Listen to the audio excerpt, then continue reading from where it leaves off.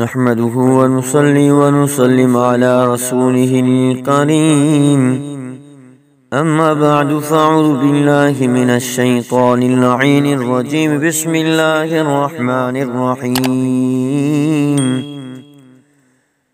عن أبي هريرة أن رسول الله صلى الله عليه وسلم قال لا يزني الزاني حين يزني وهو مؤمن ولا يسرق السارق حين يسرق وهو مؤمن ولا يشرب الخمر حين يشربها وهو مؤمن قال ابن الشهاب فأخبرني عبد الملك بن أبي بكر من عبد الرحمن إلى آخر كما قال عليه الصلاة والسلام صدق الله مولانا العظيم.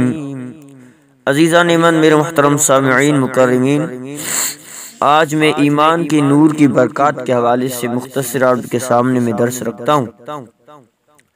اللہ رب العزت سے دعا رب العالمین عمل کرنے کی توفیق عطا فرمائے.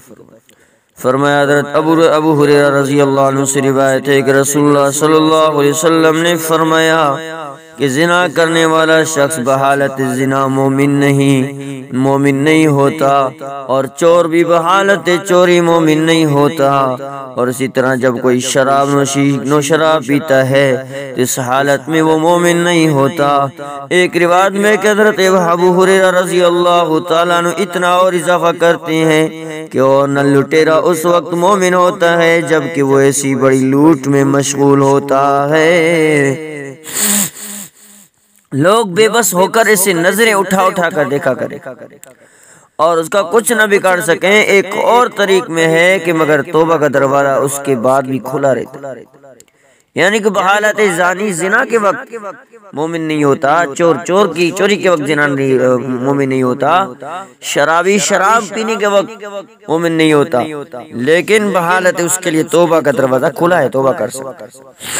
پر معصیت کی حالت میں ایمان کا نور باقی نہیں رہ سکتا. اگر یہ نور باقی رہتا تو وہ معصیت ہی کیوں کرتا. یہ نور ایمانی کا وجود یعنی کہلاتا ہے. حضرت ابن عباس رضی اللہ عنہ سے روایت ہے کہ رسول اللہ صلی اللہ علیہ وسلم نے فرمایا کہ جب بندہ زنا کرتا ہے تو اس حالت میں وہ مومن نہیں ہوتا، اور جب چوری میں مشغول ہوتا ہے اور شرابی شراب میں پیتا ہے تو وہ بھی اس وقت حالت میں مومن نہیں ہوتے، اور جب کوئی کسی مسلمان کو ناحق قتل کرتا ہے تو اس وقت وہ مومن نہیں ہوتا. حضرت عکرمہ فرماتے ہیں کہ میں نے حضرت ابن عباس رضی اللہ عنہ سے پوچھا کہ اس بندے سے اس کا ایمان کس طرح نکال لیا جاتا ہے. انہوں نے اشارہ کر کے دکھایا کہ اس طرح پہلے اپنے دونوں ہاتھوں کی انگلیاں ایک دوسرے میں ڈال دی، پھر ان کو نکال کر علیحدہ کر لیا. اگر اس کے بعد توبہ کر لیتا ہے تو وہ پھر اسی طرح واپس آ جاتا ہے. یہ کہہ کر پھر انگلیاں ملا لی اور کہا کہ انگلیاں جو آپس میں ملتی ہیں تو روح اس طرح ہوتا ہے.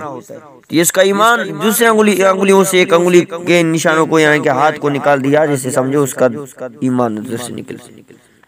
امام بخاری رحمۃ اللہ علیہ فرماتے ہیں کہ اس حدیث کا مطلب یہ ہے کہ ارتکاب معصیت کی حالت میں بندہ مومن کامل نہیں رہتا اور اس کا نور ایمانی نکل جاتا ہے. حافظ ابن تیمیہ رحمۃ اللہ علیہ نے حضرت ابن عباس رضی اللہ عنہ سے روایت کیا ہے کہ وہ اپنے لڑکوں سے فرمایا کرتے تھے کہ جسے شادی کی ضرورت ہو ہم اس کی شادی کر دیں، کیونکہ اگر تم میں کوئی زنا کا مرتکب ہوگا تو اللہ تعالیٰ اس کے ایمان کا نور سے چھین لے گا، پھر یہ اس کی مرضی ہے خواہ واپس کرے یا نہ کرے. بس وہ اللہ تبارک و تعالیٰ سے دعا رب العالمین عمل کرنے کی توفیق عطا فرمائے اور ہمیں ایمان نور عطا فرمائے، ایمان کی نور کی برکتیں ہمیں نصیب فرمائے. وآخر دعوانا الحمدللہ رب العالمین.